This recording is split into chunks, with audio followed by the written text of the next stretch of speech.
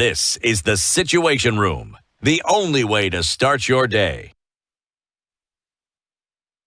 Services, just drinking water. It's a nightmare. It comes from 250 kilometers. And if it's salty. clean, if it's clean. It is not clean. Yes. It is definitely not a clean water because water is not usually good to be transported because contamination takes place when you are handling it. The other thing that is very crucial for us at the moment is that we have very lavish leaders who enjoy festives, weddings, and other meetings in Nairobi, eating a lot of good things, and also disposing of the remains of foods that they have enjoyed, and yet the people whom they represent have nothing, barely nothing to feed on. It's interesting that you say that. We're going to come into that because they seem to think that they don't live in Nairobi. But, we'll come to that in just a bit. But the interesting things that we must talk about today. Before we do that, Dennis wants to share today's proverb. JB's had a go at it. Would love for you to do the same. So we're in Algeria, the continent's largest country by land, and 10th globally. Rich with oil, they export the same. Water is expensive than fuel in Algeria. But let's go to the proverb. The only thing left in the valley are its stones. The only thing left in the valley are its stones. What do you think Algerians are saying? The only thing left in the valley is a stone. I think everything is being minted by others, and the people are left with nothing. Tumekula tukamaliza.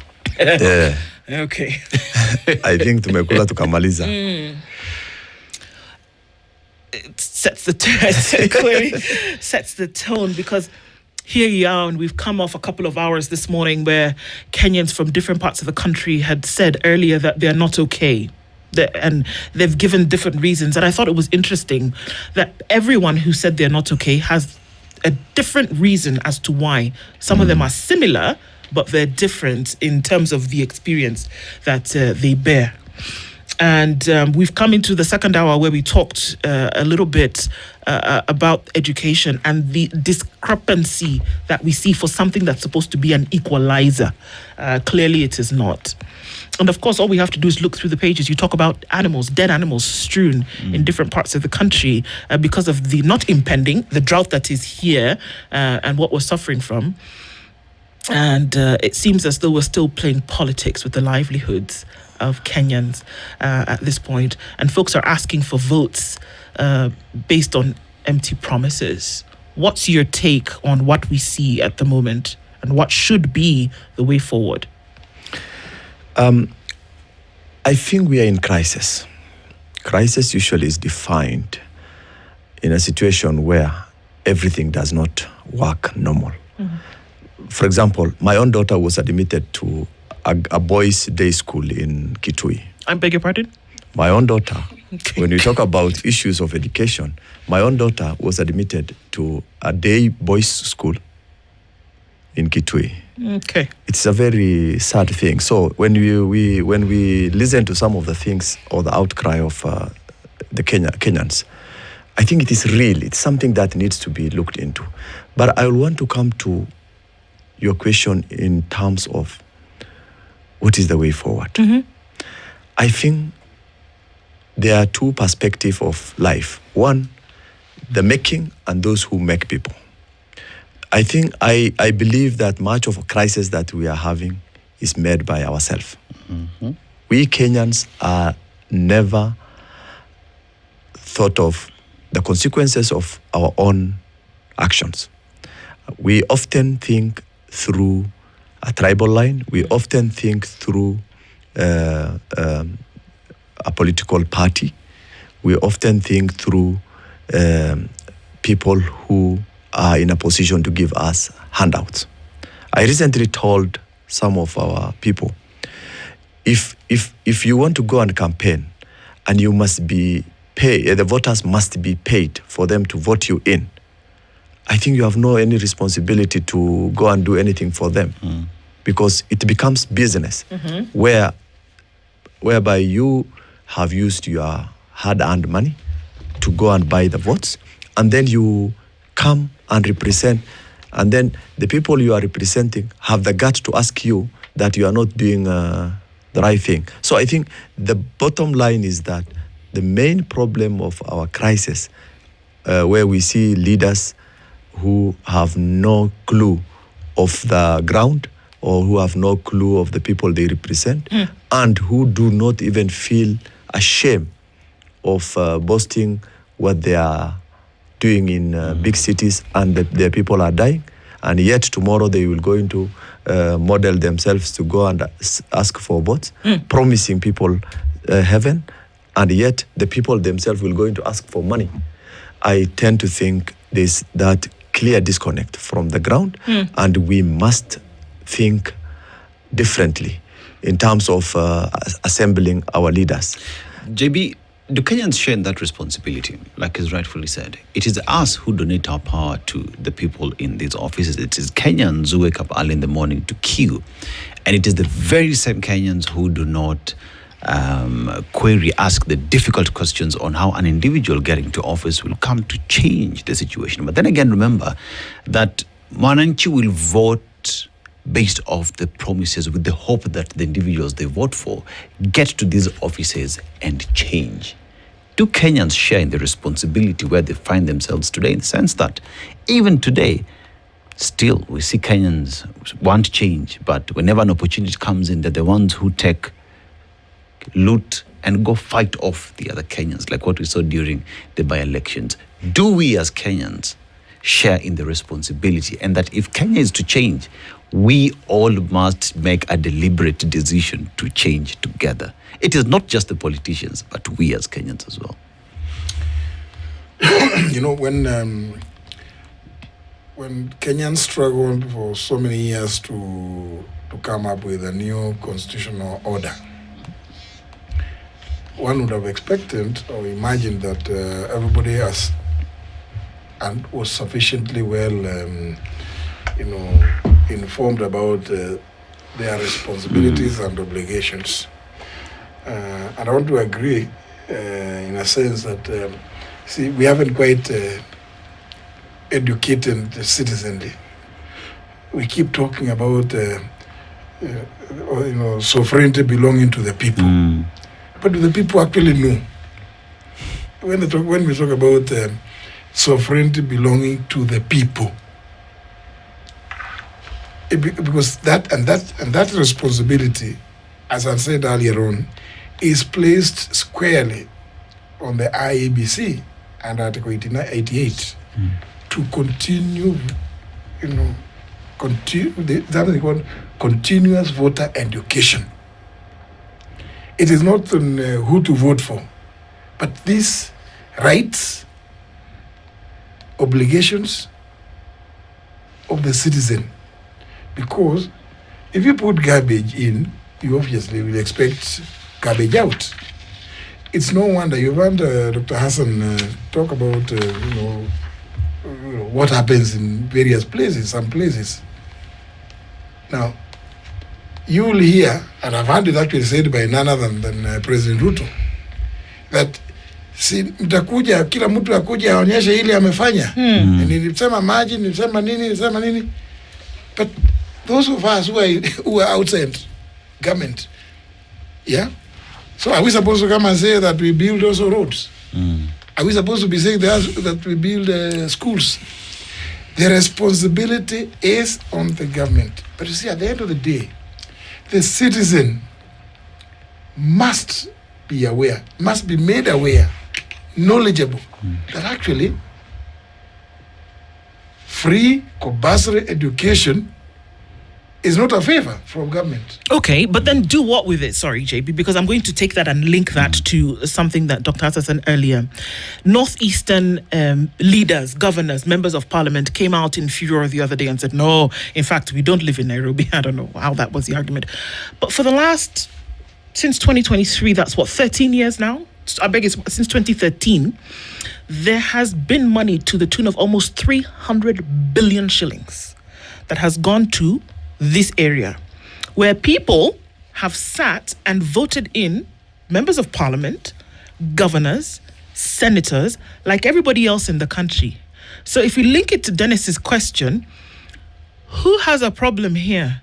Whereby we come and we complain about a road, we complain. There's a member of parliament who you don't see in Mandera. You don't see this person until somebody is going to hitch a chopper ride to Mandera for a couple of hours and then they're going to disappear after that. That is the truth of the situation. It's not being tribal. It's not being marginalistic. It's the truth that people don't see the members of parliament. But for some reason, it's the hallowed member of parliament. And then when they do see him or her, they are worshipping them again. Surely somebody must be drunk on something if you don't have a road, but you vote the same person in over and over again. There's money that has been gone, but you cannot, even if you looked, you cannot find a school that has been erected in the last 13 years. There is no water, 250 kilometers. Is that what you said? Yeah. Looking for water to drink. We can't. It is 2026. Devolution came in 2013. There have been a rollout of individuals, these ones who are coming to make promises, these ones who go to Kamkunji, these ones who go to Nyayo Stadium, stand on vehicles, chop a ride all over the country, come and do a press conference in media center in parliament. Come on. You're right, absolutely right. And in fact, to add insult to injury, 13 years since revolution, functions, water and sanitation is a devolved function. Health, over 95% is supposed to be devolved. Agriculture, devolved. Housing, devolved. And several others. It's in the constitution. But what do we see? You know, we want to blame everybody. We want to also blame the people, the public. But also, look at what is happening. I see the Council of Governors, when they sit at summit, at State House, some summit meetings chaired by the President, all of them are begging the President, do this road for us. I don't know, from Kutulo, from where, I don't know. You know, you go to beg to be given what rightfully belongs to you. We don't want to, there is no medicine in hospitals, they go to beg. So, yes, there's a problem. The public, the citizen, needs a lot of education. But also, leaders have a duty to be honest. You are elected to perform, to do a particular job and a particular function. You don't do it. Okay. And what we have said, just to finish, I want to confirm. Because allegations would be made before me in the House that this member of parliament last stepped in their constituency 3 months ago. And you give them, and you approve money. Mileage Money. And you know, every week they claim mileage. But you touch that, you tell people, go to reports. This body called the EACC. They have those reports. But they don't act. They have those reports. What else are you supposed to do? That's what I'm saying. The solution is really, one, an empowered public, on civic duties and obligations, and rights. Okay. I'm curious as to what that would look like, and maybe you can jump in here, Doctor, because you know what? Kenyans have come out to educate each other. There's a lady called Rose who came up with a website. She wanted to just, encourage and advise people. She was followed and arrested. She came here, told us how at some point she was to be rearrested because she was sharing what should be public information. What actually members of parliament, other people in that space should be able to tell you guys, this is what the law says. This is what we should actually do. People who putting the finance bill into different languages were threatened, followed at night. This happened. And we are saying that people need to be more informed about these functions so that when somebody says, I'll build you a road, we can actually say, no, chap. We know that that's not your job, but we know that you should actually go and legislate to release the funding that will allow that to happen. Where's the disconnect? Yeah, I think before I go to the disconnect, there's one important thing that JB has mentioned, which is the fact that we have leaders who have been elected, who come here to represent people in northern Kenya, who have been, by virtue of their right, got funding from exchequer's money. An example is Mandera County. For the past 13 years, Mandera County got 198 billion. 198 billion is not just a figure. And we expected, with even that is from the exchequer's money, that is designed for them to get the allocation they usually get. But there is also the equalization fund. There are also development projects from World Bank and other department. Today, as we speak, we were much better before devolution began. Okay. Why do I say that? We have sent resources down there, which was okay. We have no problem with that. But we have empowered other people who are ill-advised to come and build other places. People have skyscrapers in Nairobi and in Dubai, yet the people they represent and the money that was sent to go and serve those people have not benefited those people intended for. Can so I ask I a think question? it is something critical that we should know. Let me give you another shocking story. You will find a leader, for example, a governor goes to Mandera, he stays in a guest house, and returns to Nairobi after a week. And he only goes there when the funds have been released. What does he do?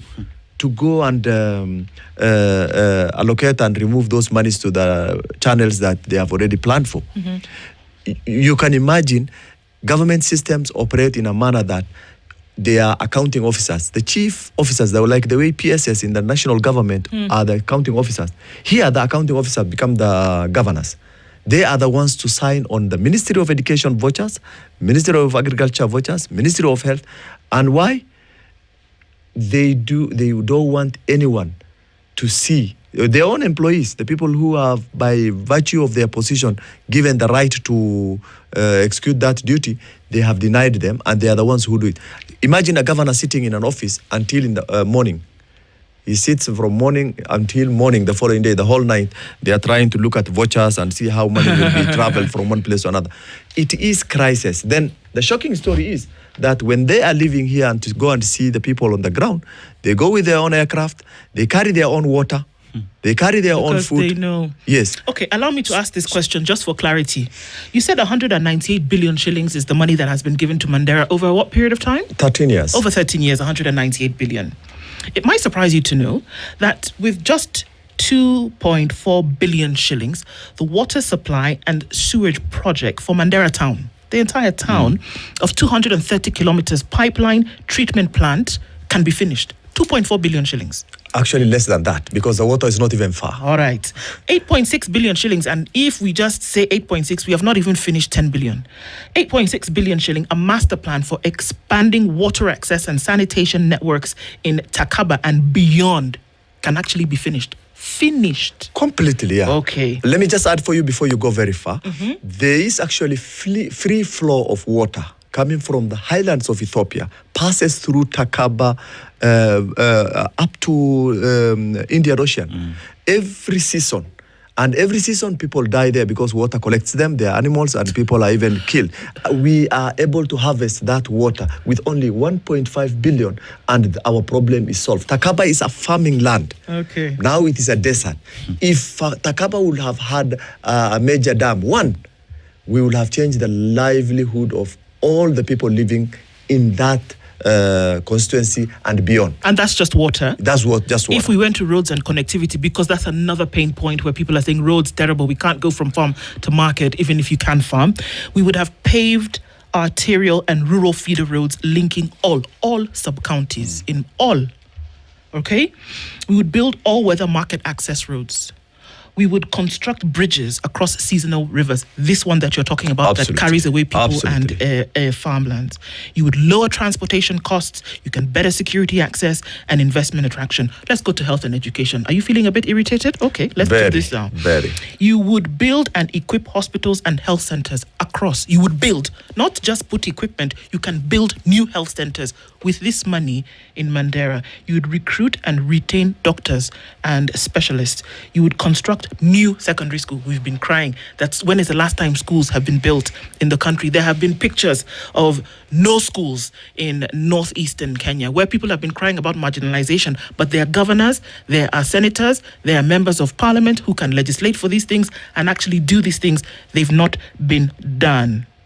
With 198 billion shillings, you would have built 5 to 10 modern hospitals. You would have constructed dozens of schools. You would have funded scholarships for thousands of students and put them in school.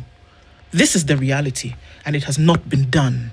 So Kenyans are now asking, of the people who have been elected, they are not doing this. It seems like a no-brainer that you would then say, excuse me, you lot, get out and put in the people who would actually do this, because it's not a money issue. We have cleared here that the problem here is not a funding issue. It's not completely funding issue, no. Let me just add for you one thing. You have actually said it as it is. And the problem is not with the government. To be sincere with you, Northern Kenya people are getting enough. You cannot account for what you have been given. You cannot demand for more. That is the rule of any service provider. You are given something, you account for that, and then you get something, and you identify your gap on that line. If you fail to do that, then means then you cannot be trusted with anything. And we shouldn't be actually pumping resources into Northern Kenya when we already know that people are not gaining the benefit that they were expected to. So one thing that I just wanted to say is, and that will going to shock you, is that you realize that there are projects which were begun by the previous governors. These are projects probably would have benefited the community because it was the excitement of the county government where governors wanted to do at least something to show themselves that they are indeed in control of the governance of that area. Those projects, because the previous governor took his 10%. What do you mean his 10%? Every project, He took his loot. he has taken his loot. The current government will not want to entertain the same project. He will want to start a new project that does not even make sense. And you ask him, why do you want to build a TVET? For example, we have TVETs in Takaba. We have spent over maybe 500 million on that TVET, construction and equipping it. We don't have a single student. We don't have electricity to functionalize the equipments that will have been used for training. You want to train people on welding. You want to train people on electricity. You don't have electricity. I don't understand that craziness where it has come from. Yet.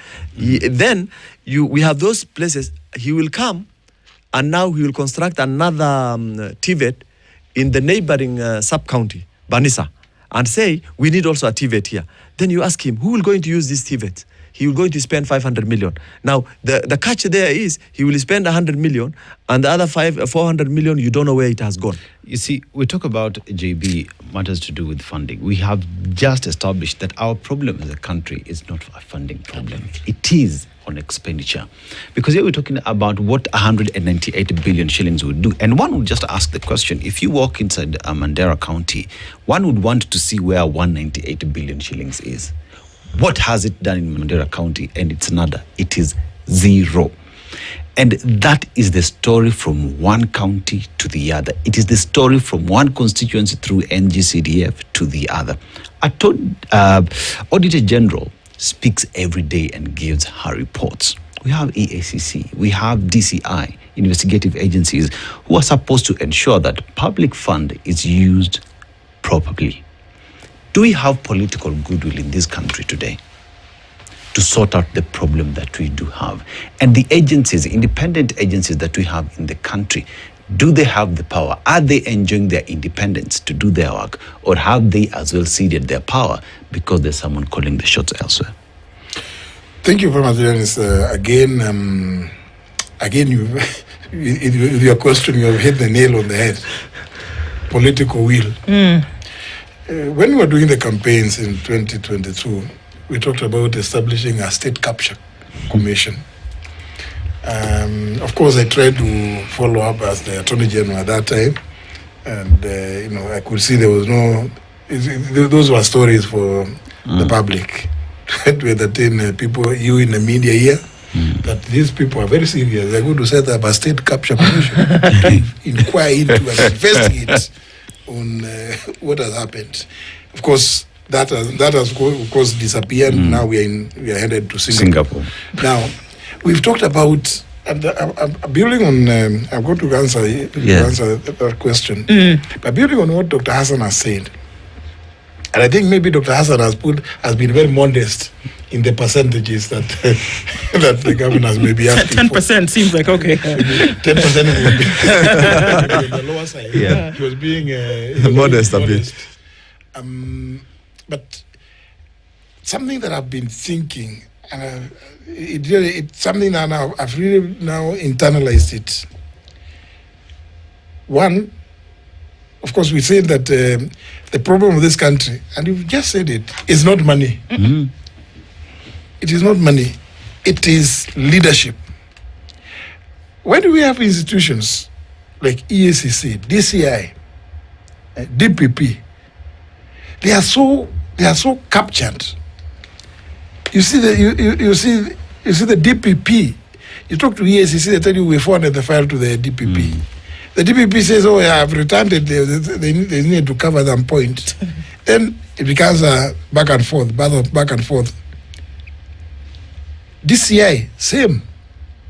So we need to really have change of leadership that, first of all, understands and must uphold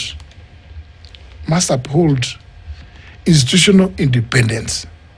Remember, we talked about, when we were talking about we are going to give police money. It's not money which was lacking, but decisional independence and functional independence.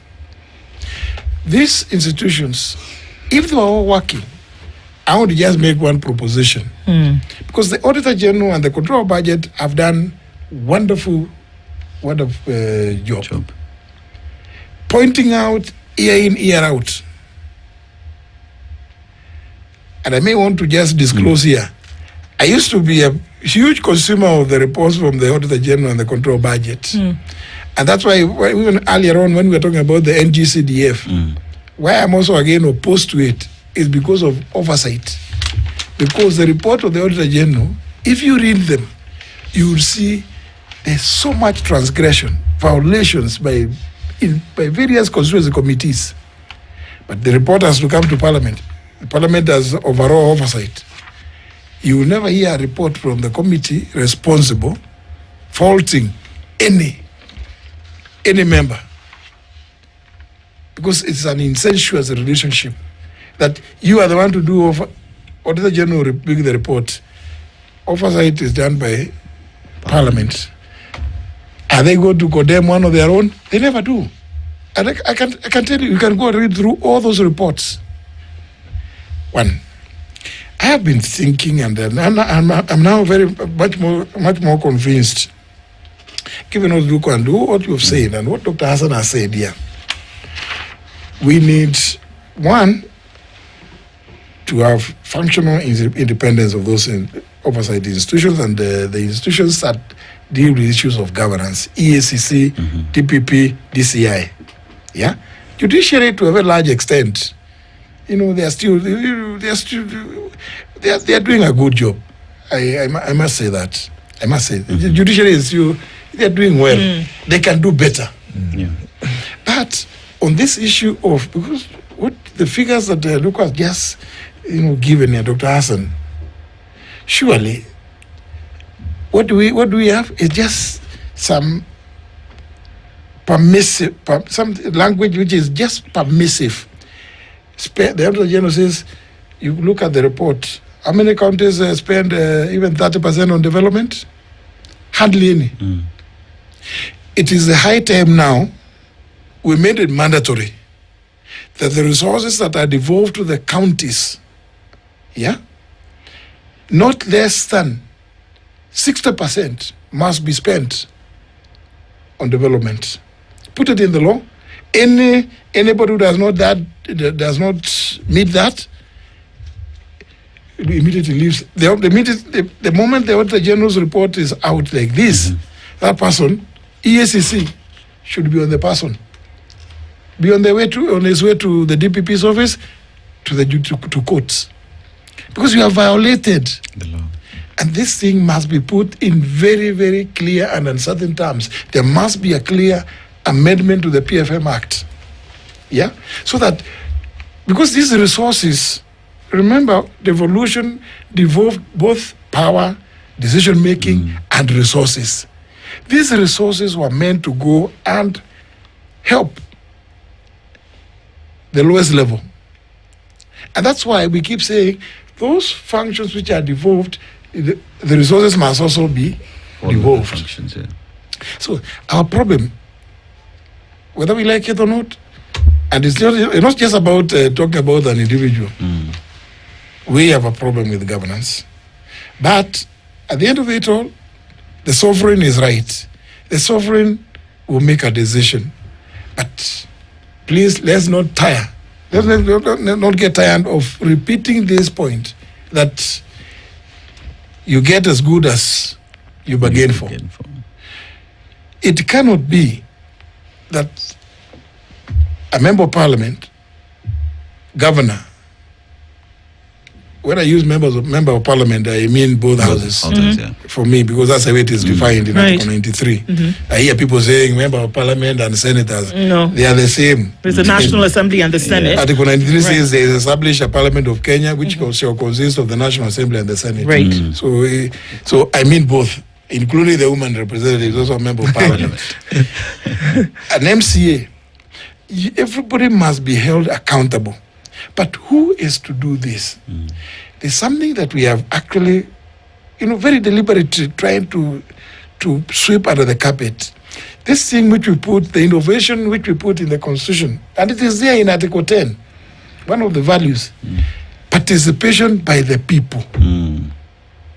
People must know. And what the example you give about that lady who was trying to educate, the horrors that she went through is just one example of showing some of our problems. We are so averse to being criticized. I mean, who says you must be perfect? You can make mistakes, but if you make honest mistakes and you are corrected, you should be thankful to the people correcting you.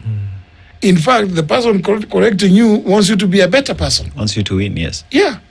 But now, this thing of everybody wants to cling to office on the basis that I am the one delivering.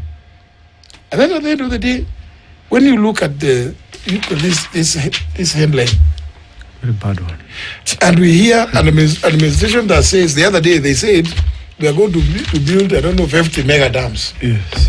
If you cannot do one, if you have not done one in Takaba, what are you telling us about? Where are you going to do those dams?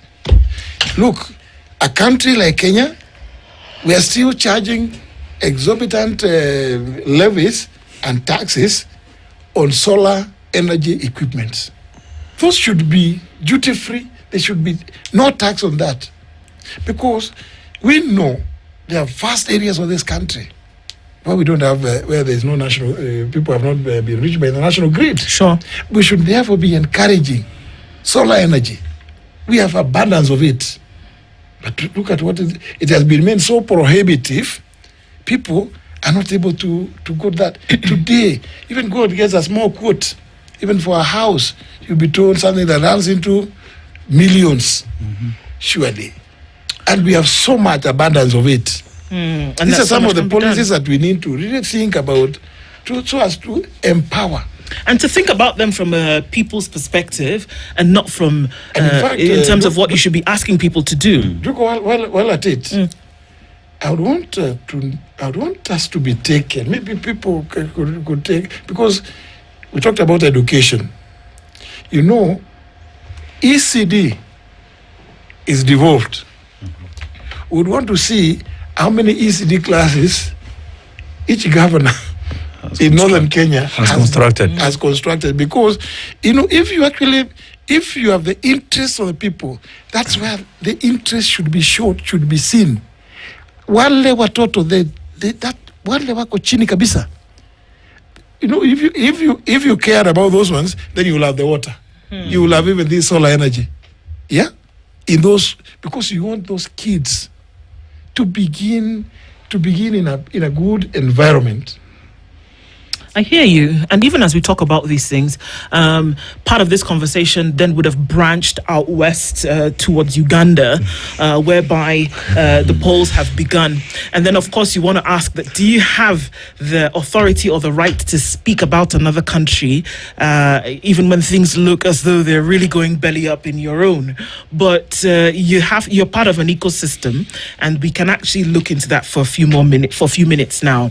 The Ugandans went to the polls. I've started going to the polls early this morning, and of course we're pitting President Yoweri Museveni as the incumbent, who's going for a 7th term, against Bobi Wine, who, interestingly enough, grew up in the slums of Uganda and then came up through a career where he now said, you know what, Uganda can do better from his point of view. And then now are pitted against each other. He's also been on the receiving end of quite a lot of, should I call it animosity from the state, whereby then he was not allowed to do certain things. This can also be replicated as an example with Dr. Kizzy Besigye, who is still in prison. Although he was moved from a military prison now to a civilian prison, he's still in prison under charges of treason and other things.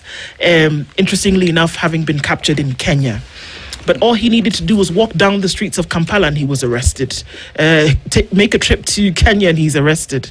What does that speak to? And how does Kenya connect in this relationship with what we see today? Another term for Yoweri Museveni, who would then, at the end of a term, if he won it, be 84, 85.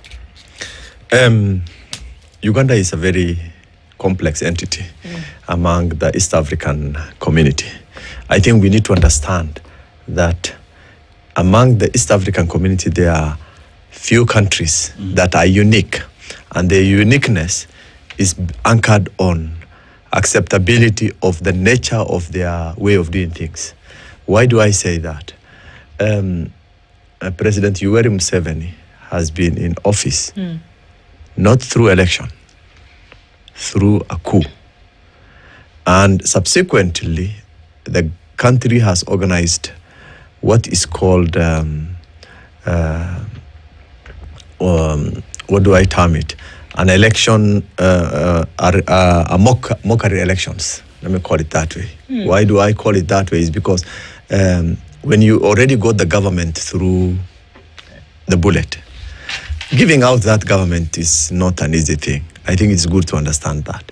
And when you talk about democracy and leadership, democracy is relative in terms of how countries consume and how their leaders define.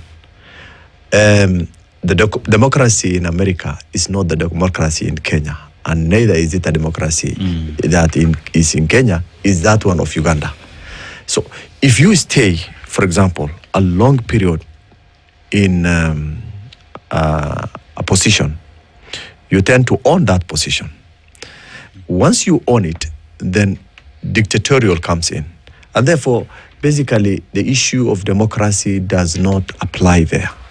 Okay. But there's one important thing I think we should know, that every king has other kings or mini kings who surround to protect that king for the interest of their own. And you see, President Yoweri Museveni will have left office if he doesn't have those people surrounding him. And Ugandans will have elected a leader that they want. But because of the people who are mandated to fulfill the responsibility of governance in that circle, Yoweri Museveni now is misadvised. He's got 140 of them. Yeah. Exactly, he is misadvised. Because of their interests. They are not doing it for his interest. They know he will just have a small portion. So the people who will have the larger cake are those ones. And therefore, at any one time, they will make sure that nobody infiltrates their circle, and anyone who tends to think that you're going to educate Ugandans or the population or the people of that country, people will come and overcome. Let me tell you one thing. You have seen what was happening in Minnesota. I don't want to shy away from that. Police were masked. Police were masked. The federal police were masked. They were beating people. They don't even ask who this is. And you know what? When our police officers were masked, when they were pushing our young men demonstrating, we were told that is undemocratic and your police must be. You know, it's a dictatorial democracy. And therefore, the way you will going to define democracy, I think, is to the interest of the rulers of the day. And therefore, I tend to think Uganda, of course, the president we already know. We know President Museveni will be still the president, and he will get his 7th term. But the problem is not entirely him. The problem is the systems he has developed that surrounds him, that will never let Ugandans to freedom. And even as we just talk about that, you remember we will have to look at the region, right? So there is what happened in Tanzania, and we all know what happened in Tanzania. We are in Uganda today, and even before the elections, we saw the heavy deployment of security officers on the streets, military, you know. And today, the internet has been shut down. Whatever happens in Uganda is for Ugandans alone to consume. It will come out a little bit later once everything is back to normalcy. But today, Uganda is closed from the rest of the world. Kenya, we are headed to election. Instead, what happens in Tanzania is replicated in Uganda, and Kenya is the finals. What do we learn from that as a region? Well, there isn't much to learn. And, you know, in East Africa, I think we are in a big problem. But we hope that we can do better. We hope. I've just seen something which was scrolling on the screen there, that the Ugandan electoral management chief has reported threats over the results declaration. Right. You know, that is chilling. That is chilling. It's really the kind of thing that we really don't expect, because you know what we are expecting in Uganda is that it's just a matter of the percentage of the win. It's not about who is going to win. It's a well-known it's a well-known fact in Uganda. So we would want to do something better than that, and that's why we keep insisting that we must reform our IEBC, not replace it for the time being, reform it, and we have every reason to continue agitating for reforms in it. Some of them, of course, they will be inviting political parties and other experts like Dr. Hassan to come and give input on what is clean environment for elections. That's what we need to do. I'm sure we are ahead. We are ahead of the pack in the region, and sometimes I don't like even comparing, because I have had a lot of interactions with the region and indeed the continent of Africa myself. There are some places I don't want everyone to say that you are doing this or you are doing the other. There's an old saying in my place that it's only that who does not travel that thinks that their mother is the best cook. But I am certainly sure with my experience in the region and in the continent, we are not badly off, but there's still work to do, because, as I've said, we still have the mentality of the imperial presidency of the former constitution or constitutional order.